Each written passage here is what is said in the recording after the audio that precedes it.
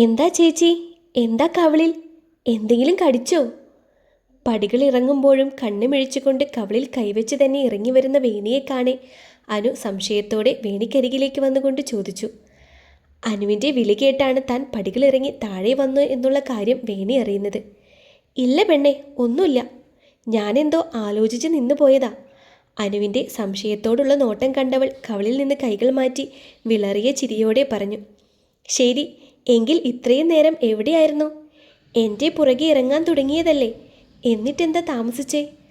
അത് പിന്നെ എനിക്ക് വാഷ്റൂമിൽ പോണമായിരുന്നു. ഇടുപ്പിൽ കൈവച്ച് തന്നെ കൂർപ്പിച്ചു നോക്കുന്നവളെ നോക്കിക്കൊണ്ട് വേണി പതർച്ചയോടെ പറഞ്ഞു. എന്തിന്? ഷെടാ, ഇതിപ്പോൾ നീ എന്തിനാ ഈ പോലീസ് ചോദ്യം ചെയ്യണ പോലെ ചെയ്യുന്നത്? വാഷ്റൂമിൽ പോകുന്നത് എന്തിനാണെന്ന് നിനക്കറിഞ്ഞൂടെ? എന്നാലും പെട്ടെന്ന്. ഒരു പെട്ടെന്നുമില്ല, പോകാൻ തോന്നി പോയി. ഇനി പോകുമ്പോൾ നിന്നോട് പറഞ്ഞിട്ട് പോകാം. നീ പെട്ടി കൊടുത്തോ? അത് പറ. അനുവിനെ പറഞ്ഞു പൂർത്തിയാക്കാൻ സമ്മതിക്കാതെ വിഷയം മാറ്റാൻ എന്നോണം വേണി ചോദിച്ചു. ഇല്ല ചേച്ചി, ചെറിയച്ഛൻ റൂമിലാ. മുറിയിൽ പോയി വിളിച്ചാൽ ചെറിയമ്മ എന്തെങ്കിലും പറയും. അങ്ങനെ ചെറിയമ്മയെ പേടിക്കുന്നവളല്ലല്ലോ നീ. ചെറിയമ്മ ദേഷ്യപ്പെട്ട ചെറിയച്ഛൻ ഇടപെടും, പിന്നെ അവർ തമ്മിൽ വഴക്കാകും. അതുകൊണ്ടാ. ശരി, എങ്കിൽ ആ പെട്ടി അവിടെ വെച്ചിട്ട് നീ വാ, നമുക്ക് അടുക്കളയിൽ പോയി സഹായിക്കാം.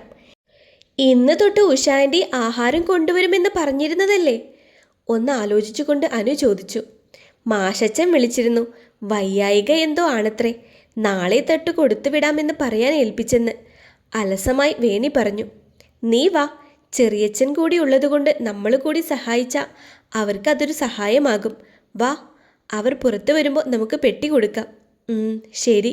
തലയാട്ടിക്കൊണ്ട് പെട്ടി ഒരു വശത്തേക്ക് മാറ്റിവെച്ചുകൊണ്ട് അനു വേണിയോടൊപ്പം അടുക്കളയിലേക്ക് പോയി. കണ്ടോ, ഞാൻ പറഞ്ഞില്ലേ, ആ നശൂലം പിടിച്ചവൾ എല്ലാം എടുത്തു തീർത്തു. ഇതിലിപ്പോൾ എന്താ ബാക്കിയുള്ളത്? എൻ്റെ കുട്ടികൾ വരുമ്പോൾ എന്ത് പറയും ഞാൻ? എന്താ എന്താ ലളിതേ? അടുക്കളയിൽ നിന്ന് ജാനകിയമ്മ ഇറങ്ങി വന്നുകൊണ്ട് ലളിതമ്മയുടെ കയ്യിലിരിക്കുന്ന പെട്ടിയിലേക്കും പിന്നീട് അതും പിടിച്ച് കലിതുള്ളി നിൽക്കുന്ന ലളിതയെയും നോക്കിക്കൊണ്ട് ചോദിച്ചു. എന്താ, എന്ത് പറ്റി? മുറിയിൽ നിന്ന് പത്മനാഭനും വിജയനും ചോദ്യത്തോടെ ലളിതയ്ക്കടുത്തേക്ക് വന്നുകൊണ്ട് ചോദിച്ചു. കണ്ടോ, ഞാൻ പറഞ്ഞില്ലേ, അവളെല്ലാം മൂടോടെ എടുത്തോണ്ട് പോയി. ദാ നിങ്ങളുടെ പെട്ടി, ഇതിലിനി ഒന്നുമില്ല, നിങ്ങൾ തന്നെ വെച്ചോ ഇത്. പെട്ടി അവർക്ക് മുന്നിലേക്ക് ഇട്ടുകൊണ്ട് ലളിത പറഞ്ഞു. ഞാൻ ആ പാവകൾ മാത്രമേ എടുത്തുള്ളൂ ചെറിയച്ച. അടുക്കളയിൽ നിന്ന് എല്ലാം കേട്ടുകൊണ്ട് വന്ന അനു പെട്ടെന്ന് പറഞ്ഞു. കണ്ടോ കണ്ടോ, കള്ളി പറയുന്നേ കേട്ടില്ലേ, എല്ലാം എടുത്തിട്ട് നിന്ന് പഞ്ചപാവം ചമയുന്നത്. ഞാൻ കണ്ടതാ, അനു പാവം മാത്രമേ എടുത്തുള്ളൂ. എല്ലാവർക്കും മുന്നിൽ എന്ത് പറയണമെന്നറിയാതെ നിൽക്കുന്നവൾക്ക് പുറകിലായി വന്ന് അവളുടെ തോളിൽ കൈവച്ചുകൊണ്ട് വേണി പറഞ്ഞു. എന്നാ പിന്നെ നീ ആയിരിക്കും. നീയൊക്കെ അങ്ങനെയുള്ളിടത്ത് നിന്നല്ലേ വന്നേ. അതൊക്കെ ചെയ്യും. അല്ലെങ്കിൽ തന്നെ നമ്മൾ കൊടുത്തൊരു സാധനം തിരിച്ച് നമ്മുടെ വീട്ടിൽ ഏൽപ്പിക്കാതെ ഇവിടെ വെച്ചത് എന്തിനാ? കള്ളത്തരമുള്ളത് കൊണ്ടല്ലേ. ഞാൻ പറഞ്ഞിട്ടാ അവൾ അവിടെ വെച്ചത്. നിങ്ങൾ മുറിയിലായിരുന്നത് കൊണ്ട് ശല്യം ചെയ്യണ്ട എന്ന് വെച്ചു. അല്ലെങ്കിൽ തന്നെ അതിൽ എന്തൊക്കെ ഉണ്ടായിരുന്നു എന്ന് ചെറിയമ്മയ്ക്ക് അറിയാമായിരുന്നു. ചെറിയമ്മ ആ പെട്ടി കണ്ടുപോലുമില്ലല്ലോ. അത് പിന്നെ ഞാനും കുട്ടികളും പറഞ്ഞ പലതും ഇതിലില്ല. അപ്പോൾ മനസ്സിലാകില്ലേ? നീ പറഞ്ഞ എന്ത് സാധനമാണ് ഇതിലില്ലാത്തത്? താഴെ കിടക്കുന്ന പെട്ടിയൊന്ന് നോക്കി അത് എടുത്തുകൊണ്ട് വിജയച്ചൻ ചോദിച്ചു. ഫോണില്ല, സാരിയില്ല, മേക്കപ്പ് സാധനങ്ങളില്ല, സൂര്യയ്ക്ക് ലാപ്പില്ല, ഒന്നുമില്ല, അത്ര തന്നെ. ഈ പറഞ്ഞതൊന്നും തന്നെ ഞാൻ മേടിച്ചിട്ടില്ല. നീ ഈ പറഞ്ഞ സാധനങ്ങളെല്ലാം തന്നെ കഴിഞ്ഞ മാസം എന്നെക്കൊണ്ട് പൈസ അയപ്പിച്ച് നിങ്ങൾ മേടിച്ചതാണ്. മാസം മാസം ലാപ്പും ഫോണും മാറ്റാൻ ഇവിടെ പൈസ വെറുതെ കിട്ടുന്നതല്ല. അതുകൊണ്ട് തന്നെ ബാക്കി നിങ്ങൾ പറഞ്ഞ സാധനങ്ങളെല്ലാം തന്നെ ഇതിലുണ്ട്. നോക്ക്. പെട്ടി ലളിതമ്മയ്ക്ക് നേരെ നീട്ടിക്കൊണ്ട് വിജയച്ചൻ പറഞ്ഞു. എനിക്ക് വേണ്ട ഈ നക്കാപ്പിച്ച സാധനങ്ങൾ, നിങ്ങൾ തന്നെ വെച്ചോ. അല്ലെങ്കിൽ നിങ്ങളുടെ ഈ നിൽക്കുന്ന മകൾക്ക് തന്നെ കൊടുത്തോ. പെട്ടി തട്ടി മാറ്റി അനുവിന് നേരെ ദേഷ്യത്തിൽ നോക്കിക്കൊണ്ട് ലളിത ദേഷ്യത്തിൽ പറഞ്ഞു. ശരി, എങ്കിൽ അനു ഇങ്ങ് വാ, ഇത് പിടിക്കേ. വേണ്ട ചെറിയച്ച. തന്നെ നോക്കി ദഹിപ്പിക്കുന്ന ലളിതാമ്മയെ നോക്കിക്കൊണ്ട് അനു പറഞ്ഞു. നീ ആരെയും നോക്കണ്ട, ഞാൻ പറയുന്നത് കേട്ടാൽ മതി, ഇത് പിടിക്കേ. പെട്ടി അനുവിൻ്റെ കയ്യിലേക്ക് വെച്ചു കൊടുത്തുകൊണ്ട് വിജയച്ചൻ പറഞ്ഞു. നിനക്കിത് എന്താ വിജയ? നിനക്ക് ഈ പെട്ടി ലളിതയുടെ കയ്യിൽ തന്നെ ആദ്യം കൊടുത്തിരുന്നെങ്കിൽ ഈ പ്രശ്നം ഉണ്ടാകുമായിരുന്നോ? ദേഷ്യത്തിൽ അകത്തേക്ക് പോകുന്ന ലളിതാമ്മയെ നോക്കിക്കൊണ്ട് അവിടേക്ക് വന്ന മുത്തശ്ശി വിജയനോടായി ചോദിച്ചു. അമ്മ എന്തിനാ വയ്യാതെ പുറത്തേക്കിറങ്ങി വന്നത്? ഞാൻ അങ്ങോട്ട് വരില്ലേ? അമ്മയ്ക്കരികിലേക്ക് നടന്ന് അവരെ ചേർത്ത് പിടിച്ചുകൊണ്ട് വിജയം പറഞ്ഞു. ഞാൻ വീട് മാറിയാലോ എന്ന് ആലോചിക്കുക അമ്മേ. ലളിത കാരണം ഇവിടെയുള്ള എല്ലാവരുടെയും മനസ്സമാധാനം പോകുമല്ലേ. നീ ഇത് എന്താ ഈ പറയുന്നേ? മക്കള് രണ്ടും രണ്ടിടത്താകാൻ ഞാൻ സമ്മതിക്കില്ല. നീ ഇപ്പോൾ അതിനെക്കുറിച്ചൊന്നും ആലോചിക്കണ്ട. അതിനൊന്ന് തലയാട്ടിക്കൊണ്ട് അമ്മയും ചേർത്ത് പിടിച്ചുകൊണ്ട് ജയദേവൻ മുറിയിലേക്ക് നടന്നിരുന്നു. ഇന്നമ്മ തലവേദനയാണെന്ന് പറഞ്ഞ് ആഹാരം വെക്കുന്നതിൽ നിന്ന് ഒഴിഞ്ഞു മാറി. നാളെ ഇനി എന്ത് ചെയ്യും? ആലോചനയോടെ ഇരിക്കുന്ന ഉഷാമ്മയ്ക്കരികിലേക്ക് ഇരുന്നു കൊണ്ട് അച്ചു ചോദിച്ചു. എനിക്കറിയില്ല എൻ്റെ അച്ചു. ഒന്നാമത് കയ്യിൽ കാശില്ല. അതിൻ്റെ കൂടെ അത്രയും പേർക്ക് വെച്ചു കൊടുക്കുക എന്ന് പറഞ്ഞാൽ എന്താ ചെയ്യുക എന്ന് ആലോചിച്ചിട്ട് ഒരു എത്തും പിടിയും കിട്ടുന്നില്ല. അമ്മയ്ക്ക് വല്ല കാര്യം ഉണ്ടായിരുന്നോ? അവളുടെ ആരോഗ്യം നന്നാക്കാൻ നടക്കുന്നു. നീ എന്തറിഞ്ഞിട്ടാ? അവിടേക്ക് കയറിപ്പറ്റാൻ ഒരു വഴി കിട്ടിയതാ. ആ നാശം ഒറ്റൊരുത്തിയ എല്ലാം നശിപ്പിച്ചേ. അനുവിനെ ഓർത്തൊന്ന് പല്ല് കടിച്ചുകൊണ്ട് ഉഷാമ്മ പറഞ്ഞു. നമുക്ക് ആ കോവിലകത്തേക്ക് തന്നെ പോയി ചോദിച്ചാലോ? അത് ശരിയാകില്ല അച്ചു. അവിടെയുള്ളവരുടെ മനസ്സിൽ കയറിപ്പറ്റാൻ ഇതൊരു നല്ല വഴിയാ. ആഹാരം വെച്ച് കൊടുക്കുന്നതിലൂടെ അവർക്ക് ഇമ്മിണി ഇഷ്ടമൊക്കെ വരും നമ്മളോട്. അതിന് അമ്മയ്ക്ക് വല്ലതും വച്ചുണ്ടാക്കാൻ അറിയോ? വേണിയുള്ളപ്പോൾ ഉമ്മിണി രുചിയായിട്ട് കഴിച്ചുകൊണ്ടിരുന്നതാ. അവളോട് കുറ്റം പറഞ്ഞാലും അപാര കൈപുണ്യമായിരുന്നു. ഇപ്പോൾ അമ്മ വെക്കുന്നത് കഴിച്ചാൽ അവിടെയുള്ളവരുടെ ഉള്ള ആരോഗ്യം പോവുകയുള്ളൂ. ദാ കണ്ടില്ലേ എന്നെ പോലെ എങ്ങനെ ഇരുന്ന് ഞാനാ. നീ പോയി എന്നാ വെച്ചുണ്ടാക്കി കഴിക്കേ. നിനക്കെന്തെങ്കിലും ഉണ്ടാക്കാൻ അറിയോ? നിന്റെ തുണി വരെ ഞാനാ അലക്കുന്നത് എന്ന ഓർമ്മ വേണം. സ്വന്തം ശരീരം നോക്കി വിഷമത്തോടെ പറയുന്ന അച്ചുവിനെ നോക്കി ദേഷ്യത്തോടെ ഉഷാമ്മ പറഞ്ഞു. ഓ, ഞാനൊന്നും പറയുന്നില്ല. ആ മാഷിനോട് പോയി ചോദിക്ക്. വല്ലോം കിട്ടുമായിരിക്കും. പണ്ട് വേണിയുടെ പേരും പറഞ്ഞ് മേടിച്ചോണ്ടിരുന്നതല്ലേ. ഇനി അയാളൊന്നും തരില്ല. ഒരു കാര്യം ചെയ്യാം. എൻ്റെ ഈ മാല പണയം വെക്കാം. കോവിലകത്ത് ഉള്ളവരെ കയ്യിലെടുത്ത് കഴിഞ്ഞാൽ ഇത് തിരിച്ചെടുക്കാലോ. നടന്നാ മതി. തല കുലുക്കി ഒരു നെടുവീർപ്പോടെ അച്ചു പറഞ്ഞു. വേണിയെ നെഞ്ചോട് ചേർത്ത് കിടത്തി മുടിയിൽ തലോടിക്കൊണ്ട് ഭദ്രൻ പതിയെ വിളിച്ചു. ആ വിളിയിൽ ഒന്നുകൂടി ആ നെഞ്ചിലേക്ക് പതുങ്ങിക്കൊണ്ട് അവളൊന്ന് മൂളുക മാത്രം ചെയ്തു. 2 ദിവസം കഴിഞ്ഞ് ഞാൻ ഓഫീസിൽ പോയി തുടങ്ങുവാണ്. എന്താ തൻ്റെ അഭിപ്രായം? കണ്ണുകൾ താഴ്ത്തി നെഞ്ചിൽ കിടക്കുന്നവളെ ഒന്ന് നോക്കിക്കൊണ്ടവൻ ചോദിച്ചു. നന്നായി ഭദ്രേട്ടാ. ഇവിടുന്ന് പുറത്തോട്ടിറങ്ങുമ്പോൾ തന്നെ പകുതി ആശ്വാസം കിട്ടും. ഭദ്രേട്ടൻ പോയിട്ട് വാ. അവൻ്റെ നെഞ്ചിൽ വിരൽ കൊണ്ട് വട്ടം വരച്ചുകൊണ്ട് അവൾ പറഞ്ഞു. എങ്കിൽ താനും എൻ്റെ കൂടെ വാ ഓഫീസിലേക്ക്. ഞാൻ എന്തിനാ ഭദ്രേട്ടാ? എനിക്കെന്തോ വേണ്ട, ഞാനില്ല. അവൻ പറഞ്ഞത് കേട്ട് ആലോചനയോടെ അതിലേറെ വേവലാതിയോടെ വേണി പറഞ്ഞു. താൻ പഠിച്ചു കഴിഞ്ഞ് വെറുതെ ഇരിക്കുമല്ലേ? അനു ആണെങ്കിൽ നാളെ കഴിഞ്ഞ് കോളേജിൽ പോയി തുടങ്ങും. താനിവിടെ ഒറ്റയ്ക്കിരുന്ന് മടുത്തു പോവുകയുള്ളൂ. അതല്ല ഭദ്രേട്ടാ, ജോലിക്ക് പോകണമെന്ന് തന്നെയാണ് എൻ്റെ ആഗ്രഹം. പക്ഷേ ഭദ്രേട്ടൻ്റെ ഓഫീസിൽ വരിക എന്ന് വെച്ചാൽ എല്ലാവരും ഭദ്രേട്ടനെ ബഹുമാനിക്കുന്ന പോലെ പേടിക്കുന്ന പോലെയെല്ലാം എന്നെ കണ്ടാലും അങ്ങനെ തന്നെ ആയിരിക്കില്ലേ? എനിക്ക് അങ്ങനെയൊന്നും വേണ്ട. സാധാരണ ഒരു ജോലിക്കാരി ആയിരുന്നാൽ മതി. അങ്ങനെയെങ്കിൽ താൻ എൻ്റെ ഭാര്യയാണെന്ന് തൽക്കാലം ആരും അറിയാതിരുന്നാൽ പോരെ? നമ്മുടെ കല്യാണത്തിന് അടുത്ത ബന്ധുക്കൾ മാത്രമേ ഉണ്ടായിരുന്നുള്ളൂ. ചെറിയ ചടങ്ങായിരുന്നില്ലേ? ഓഫീസിൽ നിന്ന് ആരും ഉണ്ടായിരുന്നില്ല. ചെറിയച്ഛൻ കഴിഞ്ഞ ദിവസം കൂടി പറഞ്ഞതേയുള്ളൂ എല്ലാവരെയും വിളിച്ച് ഫംഗ്ഷൻ നടത്തണമെന്ന്. അതിപ്പോൾ നടത്താതിരുന്നത് കാര്യമായില്ലേ? താൻ അവിടുത്തെ സ്റ്റാഫായി തന്നെ പോന്നോളൂ.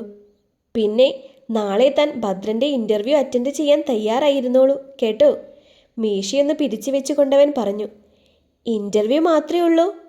ആ നെഞ്ചിൽ താടി മുട്ടിച്ചുകൊണ്ട് ഭദ്രൻ്റെ മുഖത്തേക്ക് കള്ളച്ചിരിയോടെ നോക്കിക്കൊണ്ടവൾ ചോദിച്ചു.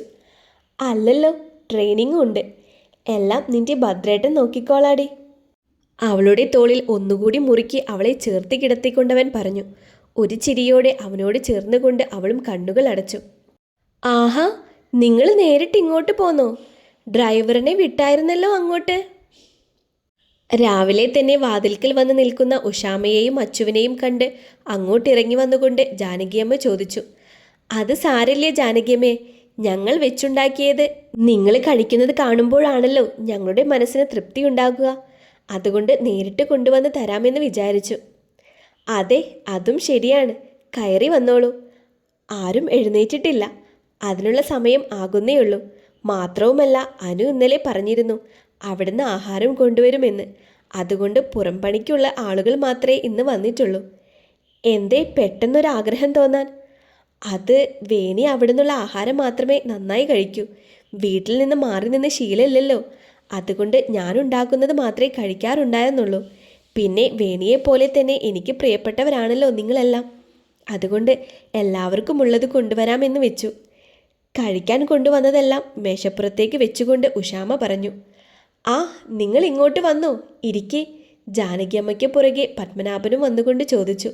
ഒരു ചിരിയോടെ ഉഷാമയും കൂടെ അച്ചുവും അവിടേക്കിരുന്നു. പോയി വേണിമോളെ വിളിച്ചിട്ട് വാ ജാനകി. ഞാൻ വിളിക്കട്ടെ ആൻറ്റി? പത്മനാഭൻ പറഞ്ഞത് കേൾക്കെ പടികൾ കയറാൻ തുടങ്ങിയ ജാനകിയെ ചോദ്യത്തോടെ നോക്കിക്കൊണ്ട് അച്ചു ചോദിച്ചു. അതിനെന്താ മോളെ, എനിക്ക് പടികൾ കയറാൻ വയ്യാതിരിക്കുകയായിരുന്നു.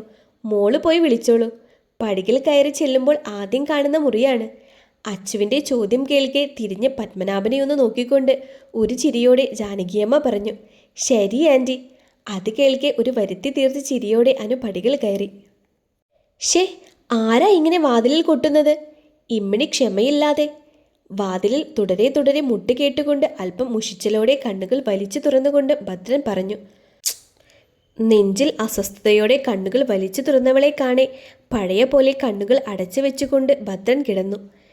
കണ്ണു തുറന്ന് താൻ കിടക്കുന്ന സ്ഥലം ഓർത്തുകൊണ്ട് വേണി പതിയെ പുഞ്ചിരിച്ചുകൊണ്ട് മുഖം പൊക്കി ഭദ്രൻ്റെ മുഖത്തേക്ക് നോക്കിക്കൊണ്ട് പതിയെ ഉയർന്നു വന്ന് ആ നെറ്റിയിൽ ചുണ്ടുമുട്ടിക്കുകയും ഭദ്രൻ കണ്ണുകൾ തുറക്കുകയും ചെയ്തത് ഒരുമിച്ചായിരുന്നു. കണ്ണുകൾ അടച്ചുകൊണ്ട് നെറ്റിയിൽ ചുണ്ടുമുട്ടിച്ചവൾ അങ്ങനെ തന്നെ കണ്ണു തുറക്കുമ്പോൾ കാണുന്നത് തന്നെ നോക്കിക്കൊണ്ട് കിടക്കുന്ന ഭദ്രനെയാണ്. തന്നത് തിരിച്ചു വേണ്ടേ? ഭദ്രൻ്റെ നോട്ടം കണ്ട് ഞെട്ടിക്കൊണ്ട് പെട്ടെന്ന് എഴുന്നേൽക്കാൻ നോക്കിയവളെ ആ കൈകളിൽ പിടിച്ചുകൊണ്ട് അവനിലേക്ക് തന്നെ വലിച്ചിട്ടുകൊണ്ട് ഒന്നുരുണ്ട് അവൾക്ക് മുകളിലായി വന്ന് അവളുടെ കണ്ണിലായി നോക്കിക്കൊണ്ടവൻ ചോദിച്ചു. വേണ്ട. അവളിൽ നിന്നും കാറ്റുപോലെ മാത്രമേ ശബ്ദം പുറത്തേക്ക് വന്നുള്ളൂ. അങ്ങനെ പറഞ്ഞാൽ പറ്റില്ല. എനിക്ക് തന്നേ പറ്റൂ. അവളുടെ പിടയ്ക്കുന്ന കണ്ണിലേക്ക് നോക്കിക്കൊണ്ടവൻ അവളുടെ കവിളിലേക്ക് ചുണ്ടുകൾ മുട്ടിക്കാൻ പോയതും വീണ്ടും കഥകിൽ മുട്ടി കേട്ടതും പെട്ടെന്നായിരുന്നു. കഥകിൽ ശബ്ദം കേട്ട് അങ്ങനെ കിടന്നുകൊണ്ട് തന്നെ കഥകിലേക്ക് ശ്രദ്ധ പോയവൻ്റെ നെഞ്ചിൽ തള്ളി മാറ്റി അവൾ ചിരിയോടെ കട്ടിലിൽ നിന്ന് ചാടിയിറങ്ങി വാതിലടുത്തേക്ക് പോവുകയും എല്ലാം ഞൊടിയിടയിൽ നടന്നു. അതുകൊണ്ട് അവൾ തല വെച്ചിരുന്ന തലയിണയെടുത്തുകൊണ്ട് നെഞ്ചോട് ചേർത്ത് കൊണ്ടവൻ ചിരിയോടെ കണ്ണുകൾ അടച്ചു കിടന്നു. അച്ചുവോ, എന്താ? കഥക് തുറന്നവൾ അവിടെ പ്രതീക്ഷിക്കാതെ അച്ചുവിനെ കണ്ട ഞെട്ടലിൽ സംശയത്തോടെ ചോദിച്ചു. എന്നാൽ അച്ചു അവളെ അടിമുടി നോക്കുകയായിരുന്നു. അവളുടെ അഴിഞ്ഞുലഞ്ഞ മുടിയും സ്ഥാനം മാറിയ സാരിയും അവളുടെ നെറ്റിയിലെ മങ്ങിയ സിന്ദൂരവും എല്ലാം കണ്ട് അച്ചു അസ്വസ്ഥതയോടെ മുഖം ചുളിച്ചു. നീ ചോദിച്ചത് കേട്ടില്ല എന്നുണ്ടോ? തന്നെ അടിമുടി നോക്കുന്നവളെ കാണെ നെറ്റി ചുളിച്ചുകൊണ്ട് ഒരു കൈകൊണ്ട് മുടിയും മറ്റേ കൈകൊണ്ട് സാരിയും ഒന്ന് ഒതുക്കിക്കൊണ്ട് വേണി ചോദിച്ചു. മഹാറാണിയെ അന്തഃപുരത്ത് നിന്ന് വിളിച്ചു കൊണ്ടുവരാൻ വന്നതാ. താഴെ റാണിയുടെ അമ്മ മുഖം കാണിക്കാൻ കാത്തിരിപ്പുണ്ട്. അവളെ നോക്കി ഒരു പുച്ഛത്തോടെ തല താഴ്ത്തി പിടിച്ചുകൊണ്ട് അച്ചു പറഞ്ഞു. പരിഹാസം നന്നായിട്ടുണ്ട്. പക്ഷേ മഹാറാണിക്കിപ്പോൾ മുഖം കാണിക്കാൻ തീരെ സൗകര്യപ്പെടില്ല. ഇപ്പോൾ ദാസ്യ പോയി 2 ചായ കൊണ്ട് വന്നോളൂ. പെട്ടെന്ന് വേണം. നീ തന്നെ ഉണ്ടാക്കുകയും വേണം. കിട്ടിയില്ല എന്നുണ്ടെങ്കിൽ ഭദ്രൻ ആരാണെന്ന് നീ അറിയും. മനസ്സിലായോ? അച്ചുവിൻ്റെ പരിഹാസം കേട്ടുകൊണ്ട് വാതിലിനടുത്തേക്ക് വന്ന് അച്ചുവിന് നേരെ നിന്നുകൊണ്ട് ആദ്യം പരിഹാസത്തോടെയും അവസാനം ഭീഷണിയോടെയും ഭദ്രൻ പറഞ്ഞു. വേണിക്ക് പുറകിൽ ഭദ്രനെ കണ്ട് അച്ചു പെട്ടെന്നൊന്ന് വിളറിപ്പോയെങ്കിലും അവനെയൊന്ന് അടിമുടി നോക്കിക്കൊണ്ട് വേണിയൊന്ന് ദേഷ്യത്തോടെ നോക്കിക്കൊണ്ടും അവൾ ചാടിത്തുള്ളി താഴേക്ക് പോയി. അച്ചുവിൻ്റെ പോക്ക് നോക്കി ആലോചനയോടെ നിന്നവൾ പെട്ടെന്നാണ് കഥക് അടയ്ക്കുന്ന ശബ്ദം കേട്ട് ഞെട്ടി മുൻപോട്ട് നോക്കുന്നത്. കഥകടച്ചുകൊണ്ട് തന്നെ നോക്കി കള്ളച്ചിരിയോടെ വരുന്നവനെ കാണെ വേണി ഭദ്രനെ സംശയത്തോടെ ഒന്ന് നോക്കിക്കൊണ്ട് പുറകിലേക്ക് നടന്ന് ഓടി ബാത്റൂമിലേക്ക് കയറിയിരുന്നു. ദാ ചായ. കുളി കഴിഞ്ഞ് പുറത്തേക്ക് വേണി വന്നതും കഥകിന് മുന്നിൽ നിന്നുകൊണ്ട് അച്ചു ചായ നീട്ടിക്കൊണ്ട് പറഞ്ഞു. താ നോക്കട്ടെ. വേണിക്ക് പുറകെ ഭദ്രൻ കൂടി വന്ന് ചായ മേടിച്ചുകൊണ്ട് പറഞ്ഞു. ഒട്ടും കൊള്ളില്ല. ദാ നീ തന്നെ കുടിച്ചോ. വേണിയുടെയും തൻ്റെയും ചായ അച്ചുവിൻ്റെ കയ്യിലേക്ക് തന്നെ കൊടുത്തുകൊണ്ട് ഭദ്രൻ വേണിയുടെ കയ്യിൽ പിടിച്ചുകൊണ്ട് പടികൾ ഇറങ്ങാൻ തുടങ്ങി. അതൊന്ന് ദേഷ്യത്തോടെ നോക്കിക്കൊണ്ട് അവർക്ക് പുറകെ അച്ചുവും.